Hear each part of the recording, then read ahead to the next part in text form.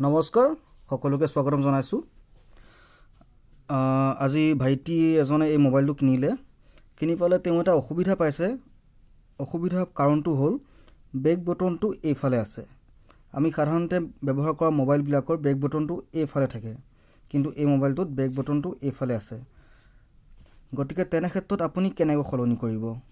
তাৰ কাৰণে আমি যাব লাগিব ছেটিংছত গৈ তলৰ ফালে এটা অপশ্যন আছে। এইটো আচলতে ভিভো মোবাইলত। ইয়াত যাব লাগিব ছিষ্টেমত। প্ৰথম অপশ্যনটো আহিছে ছিষ্টেম নেভিগেশ্যন। ইয়াত ক্লিক কৰিব। ইয়াত ক্লিক কৰাৰ পিছতে এই অপশ্যনটোত ক্লিক কৰাৰ লগে লগে আমাৰ বেক বটনটো এইফালে গুচি আহিল। বুজি পাইছে এতিয়া? একেবাৰে সহজ। প্ৰথমতে যাব ছেটিংছত, তাৰপিছত যাব শেষত আছে অপশ্যনটো। এইটো ভিভো মোবাইলৰ। অৱশ্যে চব এণ্ড্ৰইড মোবাইলৰ ছিষ্টেম একেই। ইয়াত যাব ছিষ্টেম অপশ্যনটোত, তাত গৈ পেলাই যাব ছিষ্টেম নেভিগেশ্যন। ইয়াত যোৱাৰ পিছত আমি যি ধৰণে বিচাৰোঁ, কোনোবাই যদি বিচাৰে বেক বটনটো এইপিনে থাকিব লাগে, তেওঁলোকে তলৰ অপশ্যনটোত ক্লিক কৰিব। বেক বটনটো এইফালে আহি গ'ল।